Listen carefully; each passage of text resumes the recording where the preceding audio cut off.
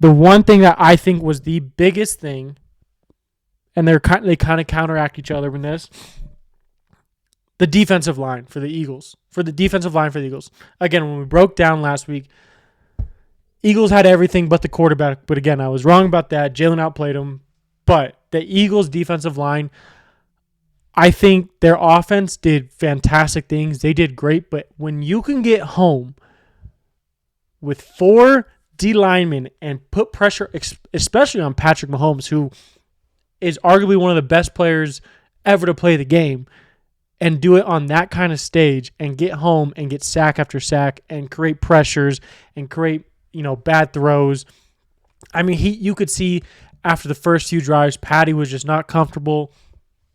He didn't have time. He didn't hit his throws. There were a couple of them where I was like, is he like fully healthy? Like, I really don't know. I'm still kind of waiting for a story to come out. Like, oh, Patrick was dealing with like a broken toe but nothing's come out at this point.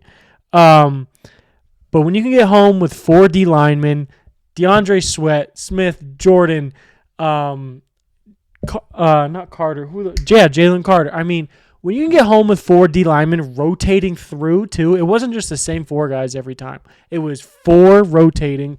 And when you can get home, it just makes things so much easier. I mean, they were dropping 7. They were putting Cooper DeJean on Travis Kelsey, which kind of caused Travis Kelsey to have a bad game. I mean, they put him on when you needed him to, just because, same size, same build, both can move. Cooper DeJean could cover with Travis. But Travis didn't really have that good of a game, mainly because Patty was, under pressure constantly.